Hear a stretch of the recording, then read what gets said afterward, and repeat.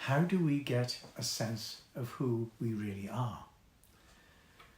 A common feature among those clients who have experienced a challenging upbringing, often referred to as complex trauma, is a sense that I've never known who I really am, often associated with a feeling of emptiness. So how does a child develop a sense of identity, knowing they matter, knowing they make a difference, knowing they have value, knowing they are lovable? Even society is constantly telling us what makes a human being lovable and valuable. A perfect body, your status, your possessions. How people treat us and what they say to us will give us answers to those questions and shape our identity. Shame is a negative self-identity that shapes how we see ourselves and shapes the beliefs we hold about ourselves.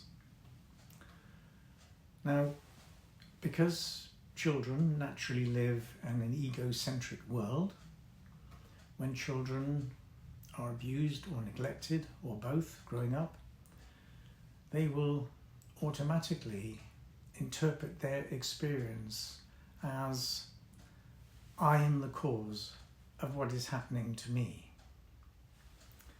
This must be my fault, or I'm simply not good enough. At a subconscious level, because, say, a child's dad is always at work, she or he thinks this must mean I'm not good enough.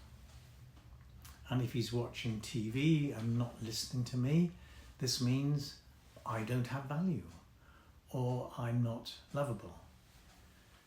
Using, of course, childlike language. There must be something wrong with me or about me that's causing my dad to behave like this. The negative belief is, this is the truth of who I am. Now, as we get older, other stuff happens to us in life that then continues to prove these early existing self-limiting beliefs. For example, as a teenager, maybe I don't ever seem to get a girlfriend means that now supports my belief that I'm unlovable or unlikable.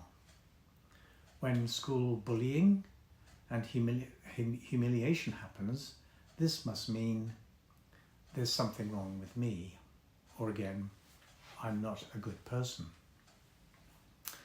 So everything is now seen through your lens of negative beliefs. Like I'm inferior to others because I have an internal picture that believes that, which comes from that feeling. And we know that feeling of shame, that core belief that underpins your identity and defines who you are, and shapes everything you do and how you respond to others. Shame is a distortion and definitely not the truth about you. Yet, we believe the distortion and lies that were told to us, which we now continue to tell to ourselves. So you find it difficult to accept compliments. So how do we respond defensively to these repetitive experiences? Well, the first priority is for us to work out strategies to make sure that I never get hurt again. A second priority would be I must hide myself. If people see the real me, they'll reject me. We can hide by withdrawing and isolating ourselves, or hide behind walls, so you're not going to let anyone get close to see the real you.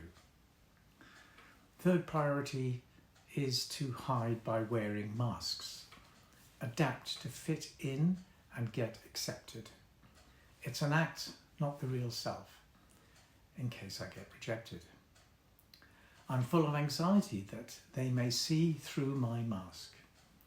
I can't fix my inside world, so I will look to the okay, apparently okay, outside world to make me look okay. If addiction or relationship problems take a hold as a consequence of, say, overwork, then your facade will fall like a house of cards. It does take a lot of energy to maintain a facade. No longer able to hide your inner world. To admit to shame is a scary place of potential for rejection and humiliation. So we end up stuck, disconnected from ourselves. Shame equals pain, and addictions of one kind or another help medicate the pain. The worst treatment or conditions for shame is to be isolated or indeed self-isolate, because you are stuck with your inner world of pain. You can't live with yourself. We then try and create things that will give us a sense of importance. A sense of importance like my value comes from my body and my looks. My value comes from my money, my status and possessions, which then can lead to workaholism. Insecure competitiveness. Shame making you feel inferior when you don't win. Always having to be in a relationship to prove I'm desirable. But then shame messes up relationships when you reveal the real you. And fear of abandonment equals non-commitment in relationships or jealousy. Shame-based people are often attracted to other shamed people. So what is healing from shame? What does that look like? Well, hang out with healthy people who will reflect who you really are. Create and maintain healthy boundaries with unhealthy people. Maintain a clear conscience. Be honest with what you've done. Serve others and learn where your strengths lie. Talk honestly about your shame gradually with a trusted friend or therapist.